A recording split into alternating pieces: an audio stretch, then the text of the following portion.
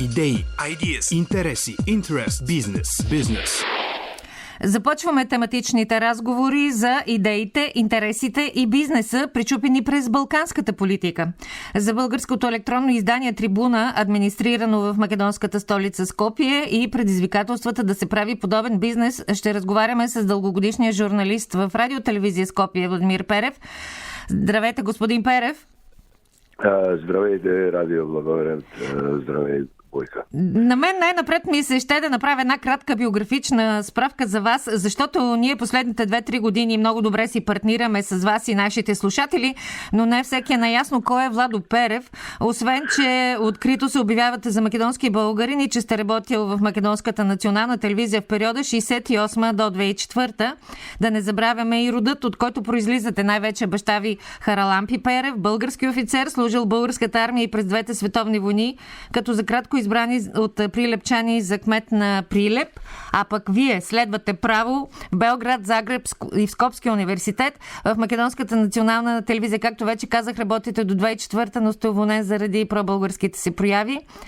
И да споменаем и другото, че през 2003 година адаптирате на македонската литературна норма, издавате в Скопие 19 години в сръбските затвори, спомени от Коцеци Пушев. Вие отправяте отворено писмо до президента Първанов, в което го упреквате, че не се ангажира с българщината в Република Македония. Изобщо сериозна е биографията ви. Аз се радвам, че продължаваме нашето партньорство чрез ефира на БНР Радио Благоевград и да причупим основните ни разговори, които водим с вас периодично, а сега и през призмата на стопанството, на икономическото сътрудничество. Нали? Това е също една важна основа, в която се градят българо-македонските отношения. Да, това е точно и време е вече да почне да се говори и за тая тема. За стопанството, за междусебните стопански, икономически, ако искате финансови, банкарски връзки, но между двете държави. Но трябва да напоменем дека аз тая проблематика много малко се разбирам. Аз съм почти безимотен. Живеям в един апартамент, кой е наследство от моите. И аз никога не съм се занимавал с тая работа, с никакви бизнеси. Mm-hmm. И така че аз имам в обкружението ми, имам хора, които се занимавали. Но имате сериозно юридическо образование, което е много важно, когато се прави един мениджмънт. Ако трябва да тръгнем през основната тема, която анонсирахме днес, как се прави едно такова издание като Трибуна МК, което вие, вашите малцина колеги, администрирате в Скопие. Но преди това да коментираме тази бизнес новина, която излезе преди 10 дни в сайта ви. Много показателна икономическа новина, която се отнася до едно решение на Македонската народна банка. Става въпрос за сръбския динар и какво още. Ще ни кажете вие какво предстои да се случи от 1 ноември.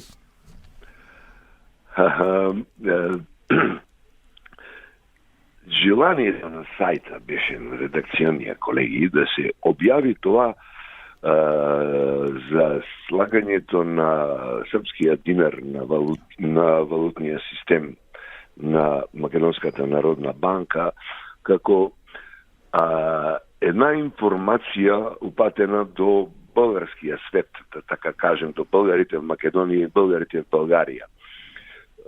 Да не се повтарям, аз неколко пъти казвам, че без политиката, без политическите решения не може да заживее никаква икономика, култура. Значи трябва да има политика, за да се развие и оръжейния бизнес, и нафтния бизнес. И така е. Предупреждението е защо се става сръбския динар на валутната листа на Народната банка на Македония, а не се става българския лев. Левът е исто така в този момент валута вързана с еврото, стабилна валута, цвърста валута, валута, която представя една икономика, българската икономика, цвърста, здрава и просперитетна. Левот е в употреба почти в цела източна Македония. Секој ден гледаме како колони на туристи Тоа не се само туристи, това се македонски казано и пазарджи од Пиринскиот крај идват и од Българија идват во пазарите в Источна Македонија да прават покупки. Нашите македонци кои одат таму да летуват, да зимуват на ски, да си купат некаква поевтина техническа роба, това нещо го нема за левот. Тоест, сръбският динар става конвертируем на територията на Република Северна Македония, нали? Това да обясним на нашите слушатели. Да, искаме да кажем, че политическите връзки между Македония и Сърбия са далеко по-силни и по-близки, отколко политическите връзки на Македония с България. И че при постоянето на една силна икономика и добра балансираност на Българската народна банка по отношението на резервите държавата, все пак българския лев не е ставен като конвертибилна валута за обмена на Народната банка. Това е нещо, което трябва да се интервенира в българските и в македонските политически и финансови кругови да биде реализирано в скоро време. Даже мислим, че влиянието на нас, македонските българи тук, в движението на валутите, финансите е много по-малко, отколкото що българите могат да интервенират при Българската народна банка. Как виждате икономическото сътрудничество на Балканите изобщо? Къде са пропуските, които основно се базират на отколешни и драматични отношения, както вие казахте, най-вече политиките, които водят отделните страни, не само между България и Северна Македония, но и между други съседни държави? Отношенията между Македония и България се отношения под сенката на она кое што го прави великосрпскиот, да кажем, империализам во сенката на српскиот свет или на малиот Шенген или на Опен Балкан. Да, това, което се стана като икономическа зона в Западните Балкани преди известно време. Целта на това нещо е да се изтлъска България od ръководещата, od възможната ръководеща роля в балканските процеси, да се намеси Сърбия и Сърбия да ги събере финансовите и политическите привилегии от отворен Балкан. Дотолку повече, че административният и финансовия център на този отворен Балкан се предвижда да бъде Белград. Да, така е. Да.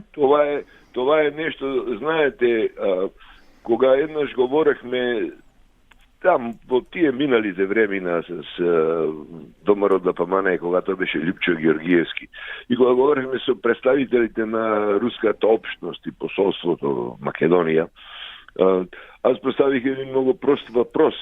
Да, всички сме ние, как да кажем, славяни, всички сме ние християни, но ако правиме славянски и християнски свет, защо в него да се говори официално на руски и защо центърът да биде в Москва, како е било за Коминтерна, защо не направиме центъра да биде в Прага, която е близо до Европа, а езика, на който се говори, да бъде полски, защото повече нас много добре го знаят полски език. Как я възприеха тази идея? Доста провокативна е била, да. И направо един от членовите ми даде сигнал, че трябва да напуснем срещата. Да. Това е истината.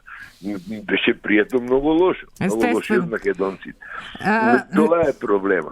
Господин Перев, понеже имам още 2-3 минутки максимум, ние днес сутринта, като се чухме с вас, искахте и да засегнем темата за ВМРО. Имате какво да кажете в тази посока? Днес е едно разединено македонско общество. Разединено на комунисти и ВМРО-вци и демократи.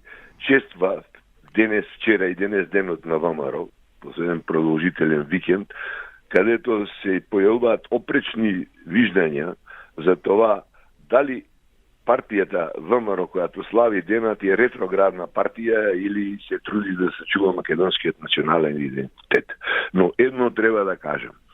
И двете водещи партии по своята същина са антибългарски.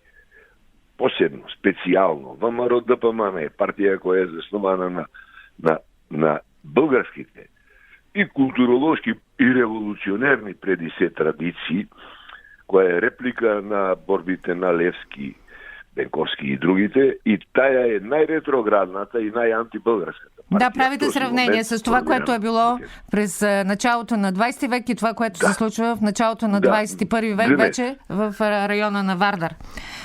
Днес е тъчна ситуацията на този план. Добре, ние този разговор, както винаги, го водим с продължение. Сега спираме този епизод и ще очакваме още срещи с вас чрез ефира на Радио Благоевград. Благодаря ви, че направихме сега по-лек поглед към икономическата ситуация на Балканите, която е много важна, но както и ви казахте, здрави политики, тогава може да се говори за стабилно икономическо сътрудничество. Да, защото икономиката търси гаранции за всичко. Банкарски, но и политически. Благодаря ви за това участие. Владимир Перев, първи събеседник в Идеи, интереси, бизнес. Радио Благоевград. Радиото на югозападто.